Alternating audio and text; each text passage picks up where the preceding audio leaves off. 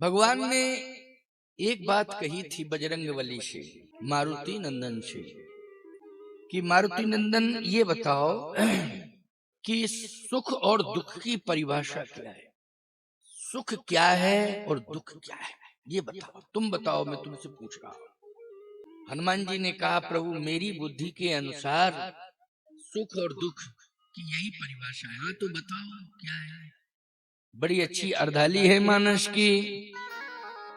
कहे हनुमंत विपति प्रभु सोई, कहे हनुमंत विपति प्रभु सोई, जप तप सुमरन भजन न होई, जप तप सुमिरन भजन न होई।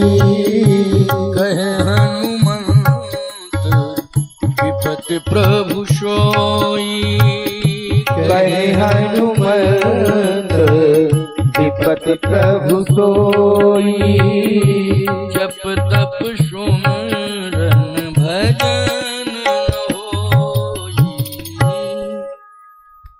आपके नाम की विस्मृति ही सबसे बड़ी विपत्ति है, यही सबसे बड़ा दुख है। आपके नाम की विस्मृति मतलब आपको यदि कोई भूल गया है तो वो चाहे सोने के महल में क्यों न रहता हो, लेकिन समझ लेना कि वो विपत्तियों में घिरा हुआ है, विपत्तियों से घिर गया।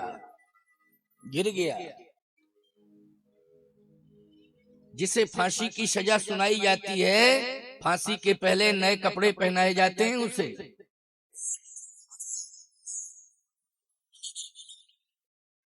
पहनाए जाते हैं कि नहीं पहनाए जाते हैं। चाहे मिठाई खिला दो, चाहे नए कपड़े पहना दो, चाहे कुछ भी उसे दे दो, कुछ भी इच्छा की पूर्ति कर दो, लेकिन लगेगी तो फांसी। बोलो भाई, फांसी लगेगी। इसका मतलब यह है कि भले ही सुख संसाधनों के बीच में व्यक्ति सुख भोग रहा हो, लेकिन भगवान से अगर दूर है, भगवान का स्मरण नहीं कर रहा है, तो विपत्तियों से घिर गया है वो। और विपत्तियों से घिर गया है, अधोगति को प्राप्त होगा। किसको प्राप्त होगा? अधोगति को प्राप्त होगा। उसे मरने के बाद भटकना पड़ेगा, भटकना पड़ेगा। तो ऐसी भूल कभी करना नहीं चाहिए, क्योंकि भगवान भाव का भूखा है, भवन का भूखा नहीं। तुमने कितना ही बड़ा वैभव तैयार कर लिया हो, भगवान कहते हैं ये तेरा भाग्य है, तेरा भाग्य है, तेरे भाग्य से तुझे मिल गया, लेकिन मुझे उसकी आवश्यकता नहीं है, मुझे तो तेरे भाव की आवश्यकता है। भाववश भगवान सुख निधान करुणायन, तज ममता मदमान भजिए सदा सीतारमण। हनुमान जी ने कहा, मैं तो इतना ही जानता हूं प्रभु, आपको जिसने भुला दिया वही है विपत्ति, और आपका स्मरण सदा जो कर रहा है, समझ लेना संसार के लोगों, हनुमान जी का मत है, कह रहे प्रभु वही सबसे बड़ी संपत्ति है। जितना स्मरण आपके नाम का लोगों ने कर लिया, आपके नाम का जप कर लिया है, ये सबसे बड़ी संपत्ति है उसकी, और आपके नाम की विस्मृति ये सबसे बड़ी विपत्ति है।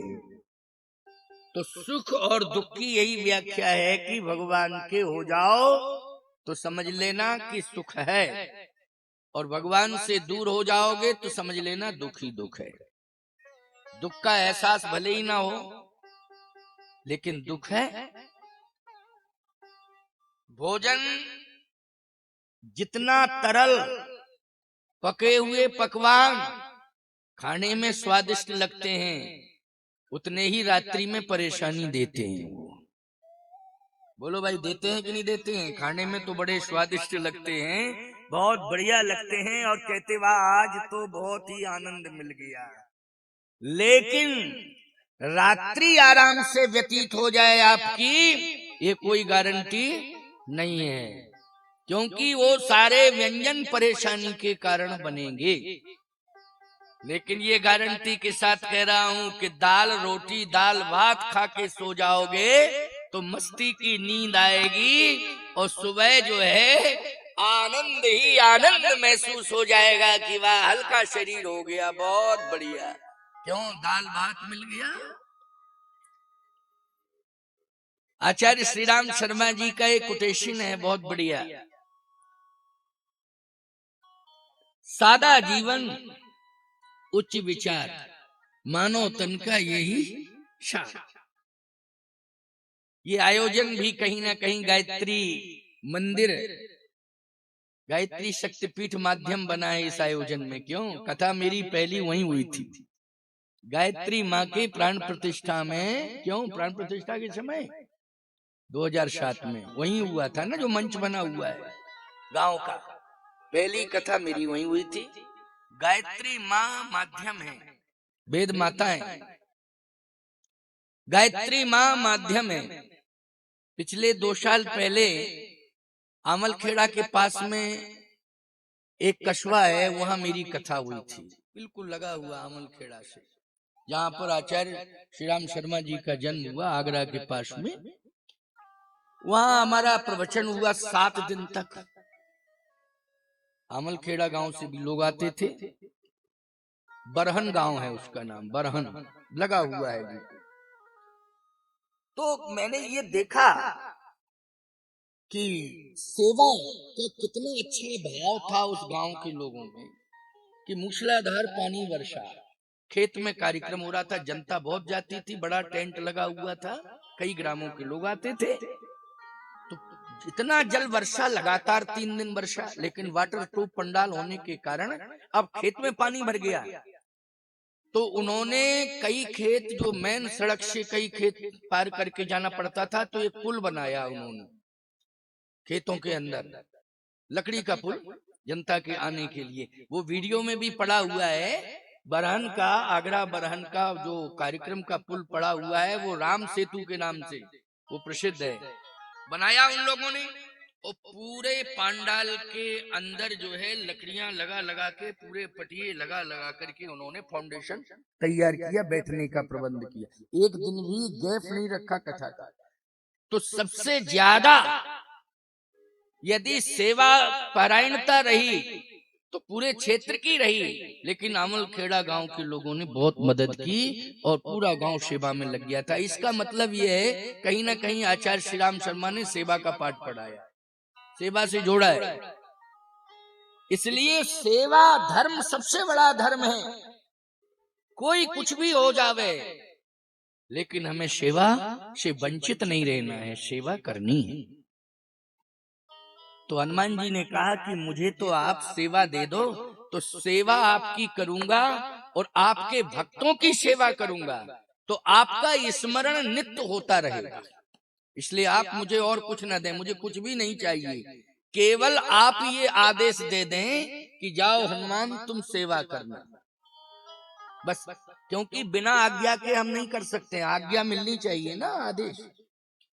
आदेश आपके द्वारा मिले इस हनुमान को कि जाओ सेवा करना, तो मेरा जीवन धन धन हो जाएगा, मैं आपको कभी भूलूंगा नहीं, और यही मेरा खजाना होगा। सेवा ही खजाना होगा, सेवा ही भक्ति होगी। भगवान ने ये मस्त कह दिया। गोस्वामी जी ने लिखा है, जेह शरीर रति राम सो सोयाद रही सुजान, रुद्र देह तज मोह बसे बानर भय हनुमान, जान राम सेवा सरस समुझ कीन अनुमान। हनुमान जी के लिए दुआ है, जान राम सेवा सरस समुझ कीन अनुमान, पुरखाते लरिका भय हरते भय हनुमान। हरमानी शंकर, शंकर जी सेवा करने के कारण सेवा के लिए ही हनुमान बने, कि हमें सेवा का अवसर मिले। क्योंकि सेवा शिव जी के हाथों की स्वीकार नहीं कर रहे थे राम जी, इसलिए शिव जी ने रूप बदला है। तो 11वें रुद्र में हनुमान बन गए, बानर बन गए। बानर का अर्थ जानते हो? नारायण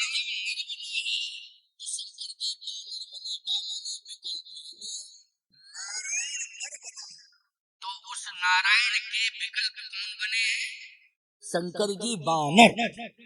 विकल्प सेवा का सबसे बड़ा भार हनुमान जी ने संभाला है।